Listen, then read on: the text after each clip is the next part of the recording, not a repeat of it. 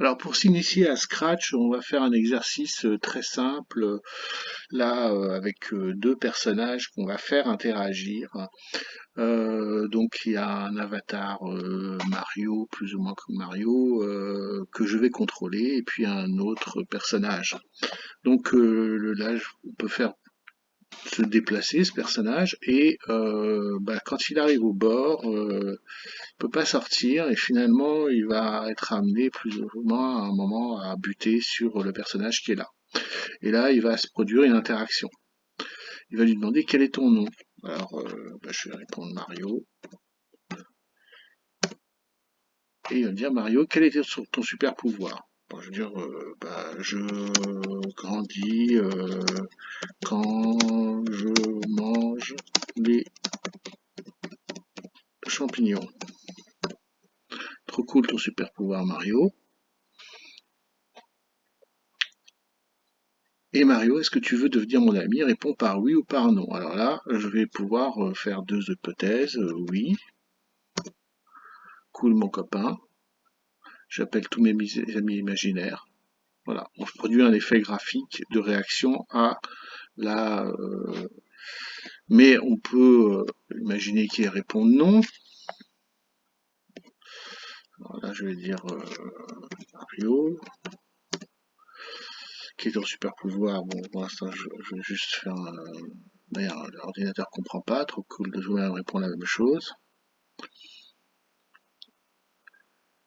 Et là, je vais répondre non. Tu me brises le disque dur. Et voilà, là, on a un effet de disparition. Donc, vous voyez, c'est très simple. Alors, pour débuter, on va faire une chose qui va nous aider à comprendre un peu comment marche Scratch. C'est d'introduire un arrière-plan qui est un arrière-plan qui représente l'espace avec des coordonnées X ici et Y, hein, parce qu'on a affaire à un jeu où les objets se déplacent entre 0 et 240 à gauche et moins 240 à droite, et puis jusqu'à Y 180 en haut et moins 180 en bas. Alors, on va commencer par charger nos sprites, c'est nos petites images. Donc, choisir un sprite en bas à droite et importer. Donc là, je vais aller récupérer sur mon bureau l'avatar de Mario qui apparaît, et puis la petite figurine qui représente l'IA. Bon, là, je vois que l'IA est un peu plus grande, donc je vais aller cliquer sur costume, après avoir cliqué sur le sprite, et puis je vais le réduire pour qu'il soit à peu près d'une taille analogue. Bon, c'est à peu près ça. Ce personnage-là, je vais le positionner ici, puis celui-là par ici, voilà. Et je vais commencer à lui donner des instructions. Alors, première instruction, je vais lui dire que quand le jeu débute, c'est-à-dire là je vais dans événements et je prends ce bloc qui est quand le drapeau vert est cliqué. Hein, les jeux démarrent avec ce type quand on clique sur le drapeau vert. Puis je vais lui demander, en termes de mouvement, de se mettre à une position. Donc là il est sur 172,36. Bon, je vais faire quelque chose de plus net, hein, moins 170 sur les X, et puis 35, voilà. Et voilà, il se déplace légèrement, vous avez vu. Et puis dans apparence, je vais aller chercher le bloc montrer. Donc là, il a l'instruction, quand le jeu démarre, de se positionner ici. L'autre image, IA, je vais aller je suis dans les codes. Donc je fais exactement la même chose, je vais dans mouvement, là je lui demande de se mettre à 180 pour les coordonnées de X, et puis 50, voilà.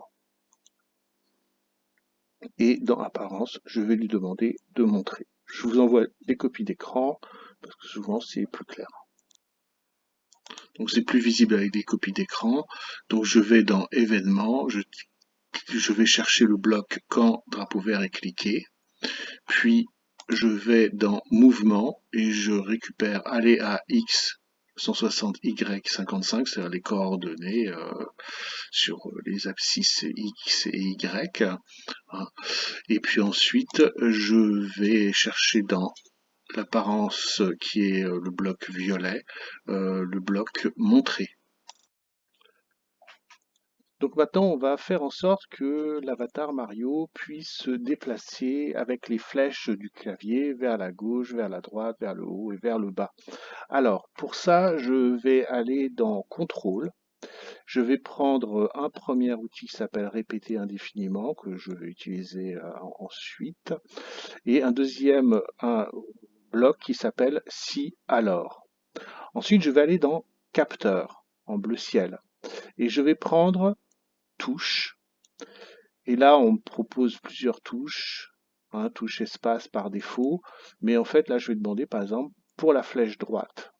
Si j'actionne la flèche droite, si la flèche droite est pressée, alors il va se produire un mouvement. Donc, je vais dans Mouvement, et dans Mouvement, je vais mettre Ajouter 10 à X. Donc là, je suis sur vers moins X. Si je veux qu'il aille par là, en utilisant, ben, il faut que je rajoute des points à X.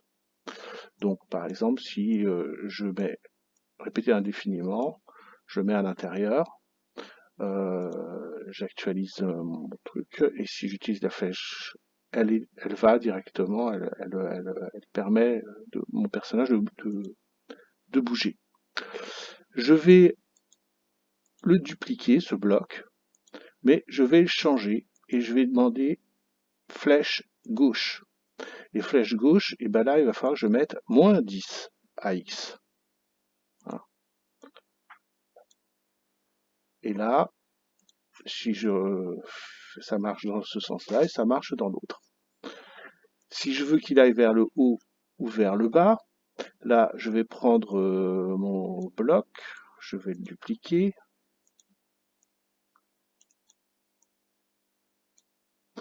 Et là, je vais mettre flèche haute.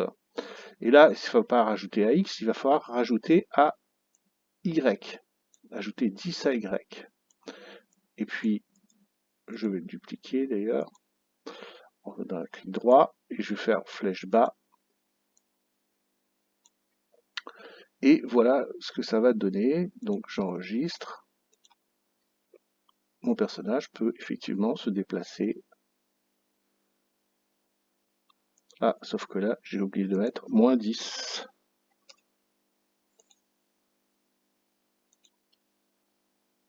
Donc effectivement, si j'ai pas mis moins 10, il ne peut pas se déplacer.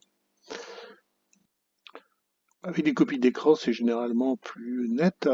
Donc je commence par aller dans Contrôle et je prends deux blocs. Le bloc répéter indéfiniment, dans lequel les autres blocs vont venir s'intercaler, et puis des blocs de conditionnalité. Si, là en l'occurrence, si je touche la flèche droite, si je presse la flèche droite, alors, c'est le bloc si alors, et il se passe quelque chose, on verra, c'est un mouvement.